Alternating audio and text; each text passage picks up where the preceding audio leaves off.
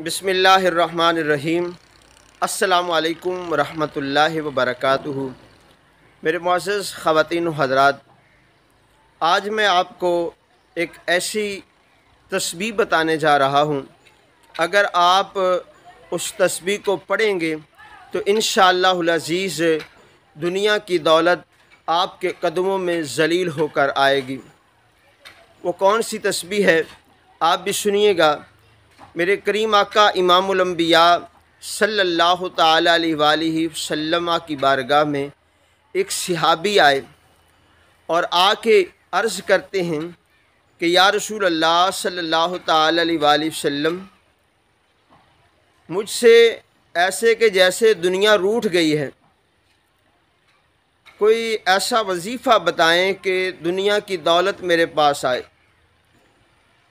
तो मेरे करीम आका इमामुल अंबिया सल्लल्लाहु ताला अलैहि वसल्लम ने इरशाद फरमाया, ऐ मेरे प्यारे सहाबी, क्या मैं आपको फ़रिश्तों की तस्बीह ना बताऊं?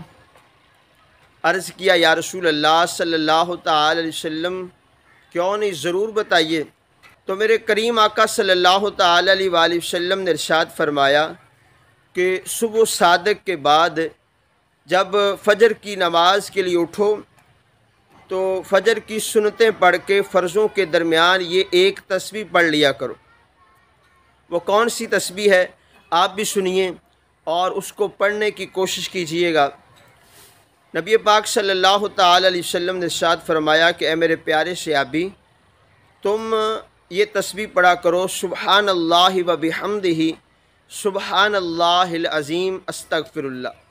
ये 100 दफ़ा तस्बीह पढ़ें, दुनिया की दौलत ज़लील होकर आपके कदमों में आएगी।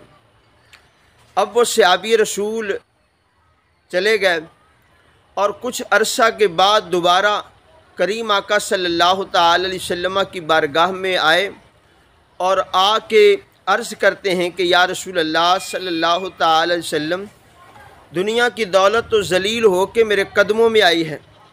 इतनी दौलत आ गई है कि अब मुझे समझ नहीं आती कहाँ उठाऊं और कहाँ रखूं। तो मेरे मोहतरम भाइयों, आप भी ये तस्बीह पढ़ा करें। जितने भी मेरे बहन भाई ये ख़याल करते हैं कि हम बहुत तंग दस्त हैं, हमारे पास पैसा नहीं है, तो आप ये तस्बीह पढ़ा करें। तो आला हज़रत रहमतुल्लाह ताला फरमाते हैं कि अगर कोई सुन्नतें और फ़र्ज़ों के दरमियान ना पढ़ सके तो जमात के बाद फ़जर की सूरज निकलने से पहले पहले पढ़ लें।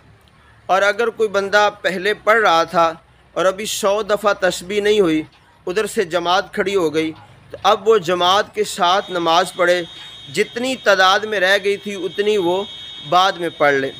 तो आप ये अमल करें, इंशाअल्लाह ताला आपके रिज़्क़ में बरकत ज़रूर होगी इंशाअल्लाहुल अज़ीज़। इसी तरह एक और छोटा सा अमल भी आप लाजमी कीजिएगा। जब भी आप अपने घर में आएँ तो घर वालों को सलाम बुलाने की आदत बनाएं और एक दफ़ा कुल हुवल्लाह और दुरूद पाक पढ़ लिया करें।